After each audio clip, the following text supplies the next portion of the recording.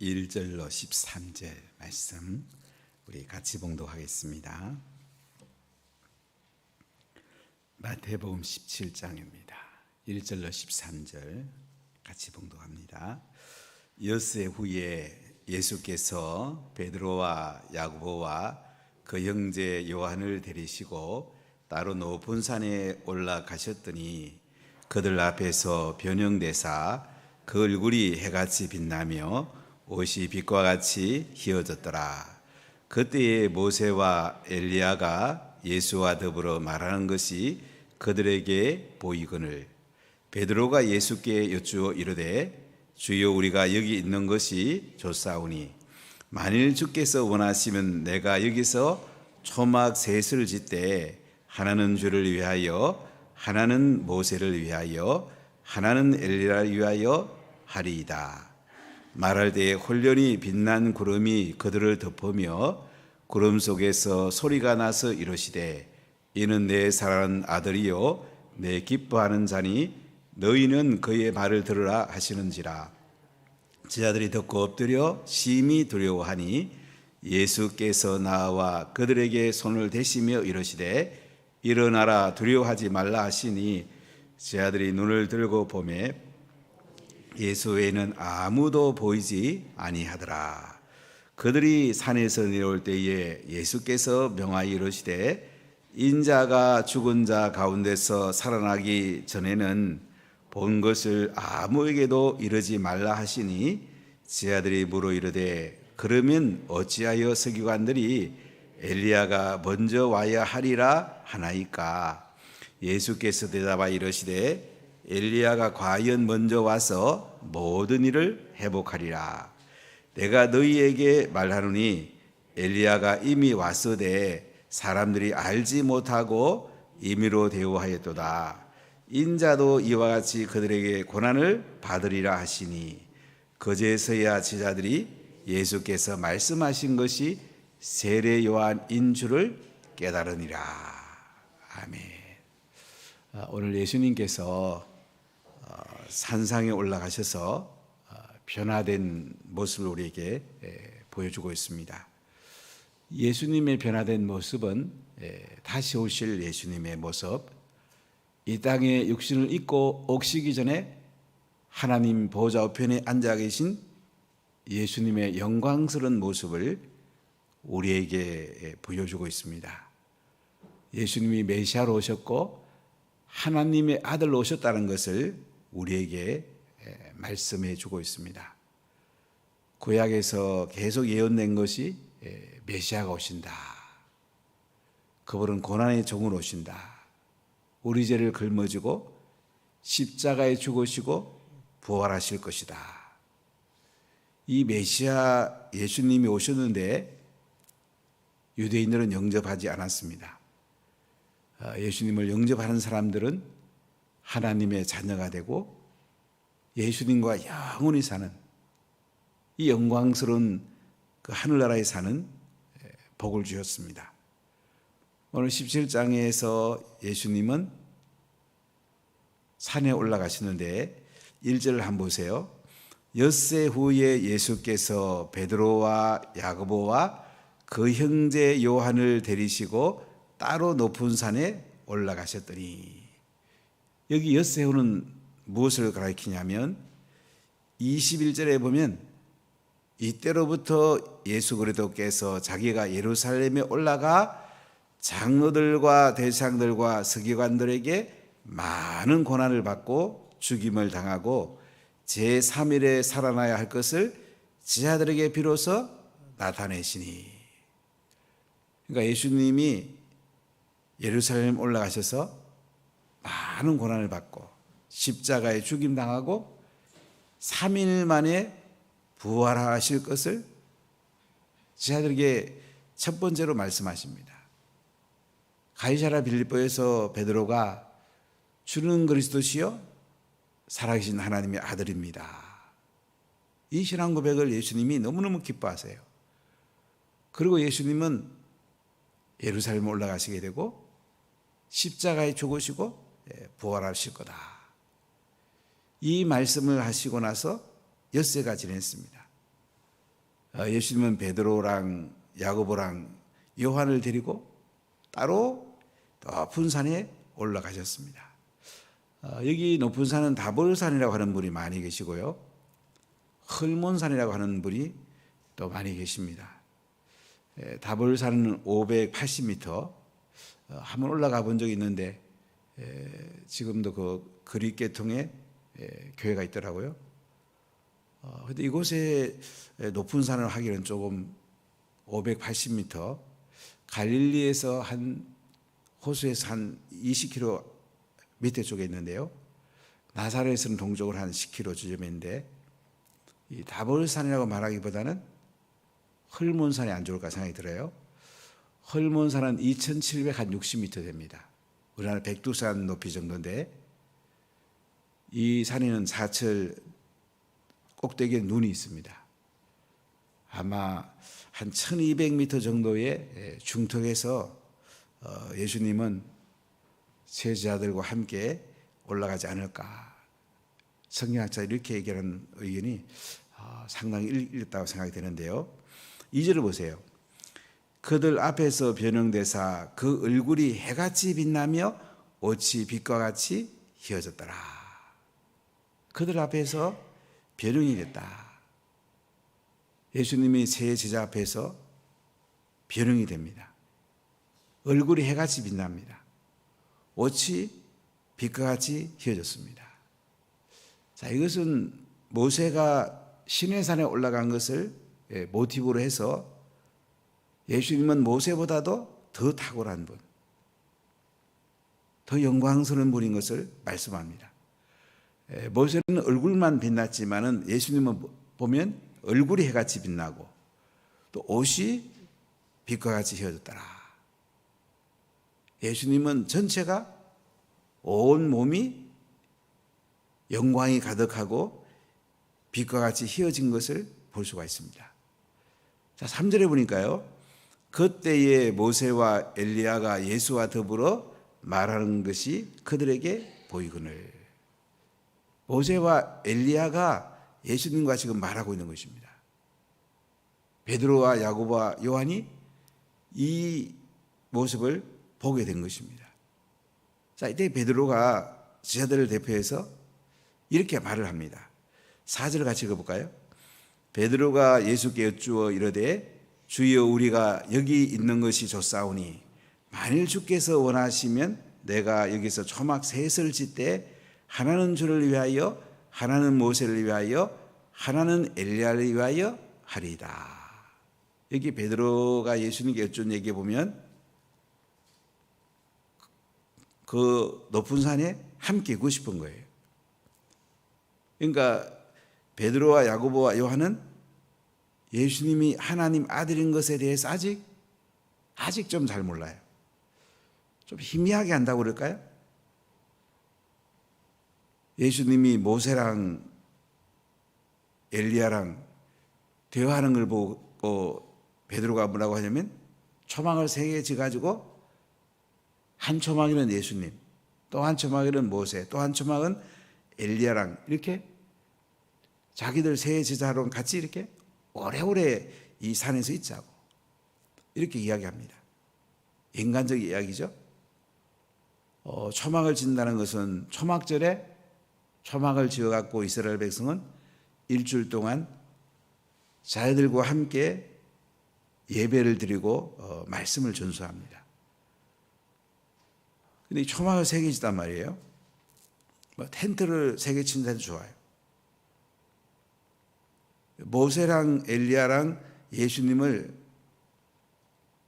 상당히 비슷한 위치에 생각하고 있는 걸 볼 수가 있죠. 모세는 율법의 대표고 엘리야는 선자의 대표입니다. 모세와 엘리야, 율법과 선지자가 구약을 대표합니다. 예수님은 신약을 대표한다고 볼 수 있는데 이렇게 초막 셋을 지어가지고 함께 있는 게 좋겠습니다. 자, 그렇게 하니까 5절 읽어볼까요? 말할 때 홀련히 빛난 구름이 그들을 덮으며 구름 속에서 소리가 나서 이르시되 이는 내 사랑하는 아들이요 내 기뻐하는 자니 너희는 그의 말을 들으라 하시는지라. 자, 이렇게 베드로가 인간적인 얘기했을 때요, 홀련히 빛난 구름이 그들을 듣게 됩니다. 구름 속에서 하나님의 음성이 들려옵니다. 이는 내 사랑하는 아들이요 내 기뻐하는 자니 너희는 그의 말을 들으라. 하나님의 음성이 들려와요. 모세가 성막을 지었을 때에 구름이 성막 위에 가득했습니다. 솔로몬이 성전을 지었을 때 구름이 성전 위에 가득했습니다. 구름은 하나님의 임재를 말합니다. 운하교회의 운자가 구름 운자인데 하나님의 임재가 있는 교회, 하나님이 인도하시는 교회. 불기둥은 밤을 따뜻하게 해주는데 하나님의 사랑이 있는 교회. 구름기둥과 불기둥은 이스라엘 백성들이 멀리서 볼 수가 있었어요. 하나님의 복음을 전하는 교회.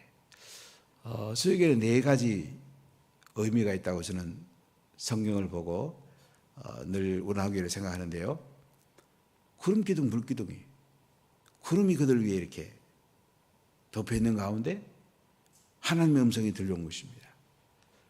우리가 하나님 임재 가운데 있으면 하나님의 음성이 잘 들려옵니다. 기도하는 게 굉장히 중요해요. 성령 충만하면 하나님의 음성이 잘 들려옵니다. 성경 읽어도 잘 이해가 됩니다. 우리가 공부해도 성령 충만하면 공부가 너무너무 쉽습니다. 사업도 쉽습니다. 전도하는 것도 성령 충만하면 쉽습니다. 하나님이 하시면 쉬운 거죠. 내가 하면 너무나 어렵지요. 그럼 하나님의 음성이 들려왔어요. 이는 내 사랑하는 아들이요 내 기뻐하는 자다. 예수님이 세례받을 때도 하늘에서 이 음성이 들려왔죠. 비둘기 같은 성령이 예수님을 덮었습니다. 그러니까 성령이 임할 때에 하나님의 음성이 들려오는 거예요. 성령이 임하지 않는데 하나님의 음성이 들려오면 사단으로부터 온 음성일 가능성이 굉장히 높습니다. 그리고 신비한 경험을 하더라도 잘 분별해야 돼요. 성령께서 말씀하시는지 사단이 말하는지 잘 들어야 돼요. 오늘 예수님은 세 제자와 함께 높은 산 헐몬산에 올라가셨다가 모세랑 엘리야랑 예수님이 대화하고 있을 때 베드로는 초막 새설지 갖고 오래 있자고 그랬을 때 하나님이 분별해 주지요. 예수님이 메시아다. 예수님은 모세랑 비교할 수 있는 하나님 아들이다. 예수님은 엘리야하고 비교할 수 없는 하나님의 아들이다. 모세랑 엘리야랑 동등한 분이 아니야. 모세랑 엘리야는 예수님이 보내신 분이야. 하나님 아들하고 어떻게 비교가 되니? 예수님 메시아란 말이야. 이렇게 하나님께서 선명하게 말씀해 주시고 또 그들에게 깨닫게 해주시는 것입니다. 자, 6절을 보세요. 제자들이 듣고 엎드려 심히 두려워하니. 인간적 생각했다가 하나님 음성을 듣고 나가지고요 엎드려서 심히 두려워합니다. 하나님을 경외하게 된다는 거죠. 여러분, 하나님을 두려워해야 됩니다. 하나님께서 얼마나 대단한 분이십니까? 오늘날 시대의 사람들은 자기가 잘난 줄 알고 자기 생각대로 살기 때문에 사실은 행복도 없고 만족도 없는데 자기가 대단하다고 생각하는 참 어리석은 사람이 얼마나 많습니까? 우리가 하나님을 경외하고 하나님의 음성을 듣고 오직 예수님만 영광스럽게 해드리고 이것이 인생의 가장 큰 은혜고 복이죠. 자, 우리 7절을 같이 읽어볼까요? 예수께서 나와 그들에게 손을 대시며 이르시되 일어나라 두려워하지 말라 하시니. 예수님이 사랑하는 제자들에게 손을 대면서 말씀해요. 일어나라 두려워하지 말아라. 제자들이 하나님의 음성을 듣고 두려워했거든요. 예수님이 일어나라 두려워하지 마라. 예수님이 제자들을 격려해 주시고 용기를 주시는 것을 볼 수가 있습니다. 자, 우리 8절 읽어볼까요? 제자들이 눈을 들고 보매 오직 예수 외에는 아무도 보이지 아니하더라. 제자들이 눈을 들어서 보니까 모세랑 엘리야랑 분명히 예수님이 이야기하고 계시는데 하나님의 음성이 들렸는데 하면은요, 이는 내 사랑하는 아들이요 내 기뻐하는 자라는 음성이 들렸는데 얘는 예수님의 애는 아무도 보이지 않는 거예요. 우리가 이런 은혜가 있어야 됩니다. 예수님이 보여야 돼. 예수님의 다른 건 안 보일 수 있는 눈이 있어야 돼. 예수님이 모든 걸 주관하거든.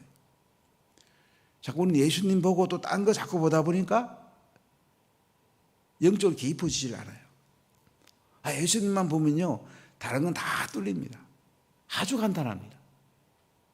예수님의 눈으로 보면 이 세상은 예수님이 주인이시고 예수님이 다 주관하세요. 우리가 예수님 뒤만 따라가면 예수님의 신실한 제자가 되고 예수님이 다 책임져 줍니다. 예수님이 놀라운 일을 행하십니다. 우리가 세상에 이것저것 보다가 예수님을 그냥 또 한번 쳐다보는 게 아니에요. 오직 예수님의 눈으로 세상을 볼 수 있어야 돼요. 인도에 가서 복음을 드려보면 다른 신 중에 한 신은 예수님이라고 처음에 생각을 해요. 인도는 3억 5천만 개의 신이 있습니다. 비신우 신부터 시작해서 많은 신들이 있어요. 집안에 들어가 봐도 뭐 여러 신들을 사진을 붙여놓기도 하고 또 형상을 만들어 놓기도 하고 또 동네에 가보면 또 힌두교 신을 모시는 또 신전이 있고 정말로 많아요. 얼마나 많은지 몰라요.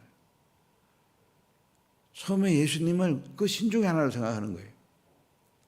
그러다가 이제 말씀을 듣고 계속 자라다 보면 예수님이 유일한 하나님의 아들이시구나.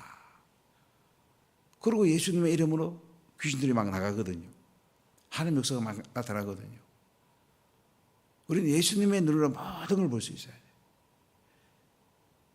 그래서 제자들이 눈을 들고 보매 오직 예수 외에는 아무도 보이지 아니하더라. 그래서 우리가 매일 성경 읽고 기도하는 거, 예수님의 눈으로 모든 것을 볼 수 있는 그 기반이 되는 거죠. 말씀의 눈으로 보는 것이 곧 예수님의 눈으로 보는 거잖아요. 특히 우리 청소년 시기는 말씀을 많이 읽으세요. 여러분들의 큰 은혜가 갈 것입니다. 전에 오정현 목사님하고 중국을 같이 갔는데 저는 그 말이 굉장히 와닿더라고요. 초등학교 6학년 때 성경을 5번 읽었답니다. 이것이 자기 목회의 기초가 됐다고 얘기하더라고요. 초등학교 6학년, 5학년 때 5번 읽으면 안 쉽잖아요.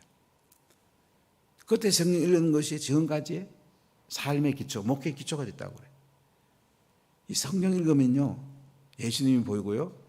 예수님 보이면 예수님의 눈으로 세상을 보는 거예요. 그럼 사춘기도 그냥 뛰어넘어갑니다. 옛날 바쁠 때 사춘기가 어디 있습니까? 배고프고 열심히 살 때는 사춘기 없었어요. 지금 여유가 있으니까 사춘기가 있죠. 전에 어떤 집사님이 저보고 그래요. 목사님 너무 열심히 전도하다 보니까 갱년기가 언제 지나갔는지 모르게 갱년기가 지나갔다고 그러더라고요. 시간이 있으면 불면증이 있는 거지. 바빠 죽겠는데 무슨 불면증이 있습니까?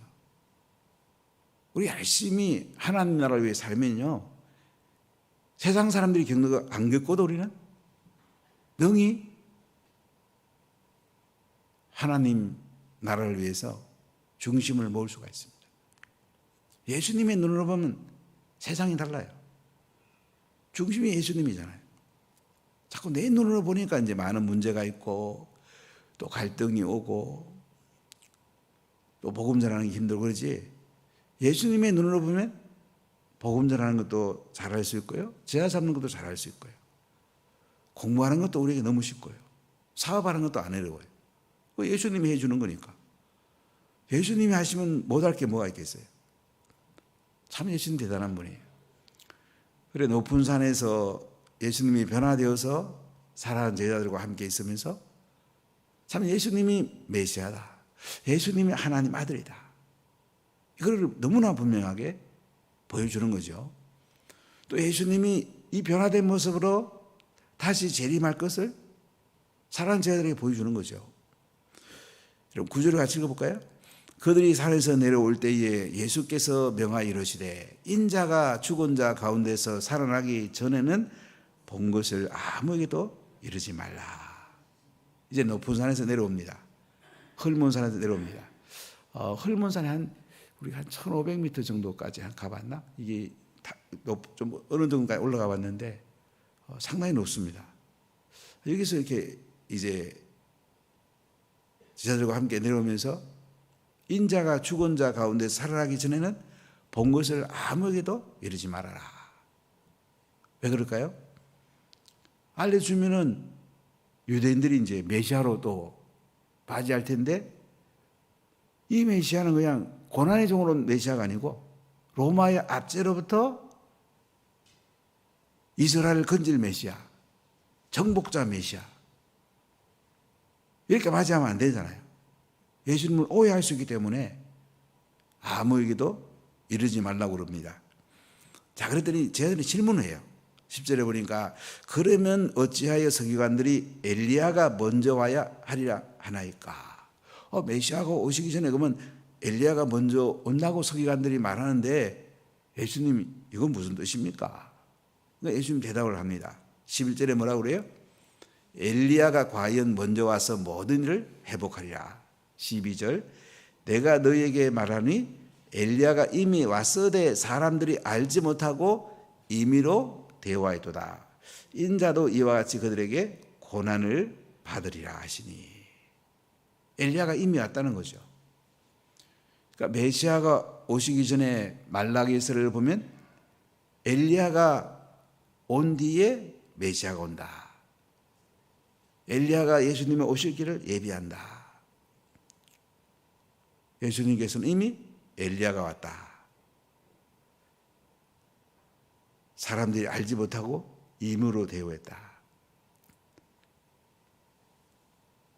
13절에 보니까 그제서야 제자들이 예수께서 말씀하신 것이 세례 요한인 줄을 깨달으리라. 세례 요한이 메시아 예수님이 오기 전에 6개월 전에 왔지요. 엘리사벳과 사가랴의 가족이 오셨습니다.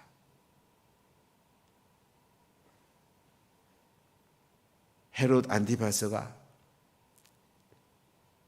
동생 아내 헤로디아를 빼앗아서 왕비를 삼을 때 세례 요한이 잘못했다고 정의를 외치게 되죠. 그래서 마케루스 성의 감옥에 갇히게 되고 헤로디아의 딸이었던 살로메가 왕 앞에 춤추고 소원 말해달라고 뭐든 들어준다고 그랬을 때 그 어머니가 이제 세례요한의 목을 요구했을 때 세례요한이 목이 소반에 당겨서 결국 순교하게 되는데요. 사람들이 알지 못하고 임의로 되었단 말은 그 말이에요. 세례요한이 엘리야인 줄 알았다면 그렇게 안 했겠죠. 유대인들은 세례요한이 엘리야인 줄 몰랐습니다. 근데 인자도 이와 같이 그들에게 고난을 받으리라. 12절에 이렇게 말씀해요. 유대인들이 세례요한을 엘리야라고 몰랐던 것처럼 인자가 메시아인 줄을 유대인들이 모른단 말이에요. 그래서 예수님을 십자가에 못 박아 죽일 거란 말이죠. 고난을 받으리라고 예수님께서 말씀하고 계십니다. 바로 예수님의 십자가의 죽음과 이 부활, 이것이 복음의 기초입니다. 성경에서 가장 중요한 사건은 예수님이 우리 죄를 짊어지고 십자가에 죽으셨다. 3일 만에 부활하셨다. 이 예수님을 믿으면 구원을 받는다. 이 복음의 핵심 메시지죠. 그래서 우리가 이 천국 복음을 전하면은 하나님 나라가 임하게 되고 그 예수님을 모시게 되면 하늘의 행복이 시작이 되고 우리 삶에 그 영광스러운 하늘의 삶이 시작이 되잖아요. 얼마나 놀랍습니까? 아직은 예수님이 알리지 말라고 그래요.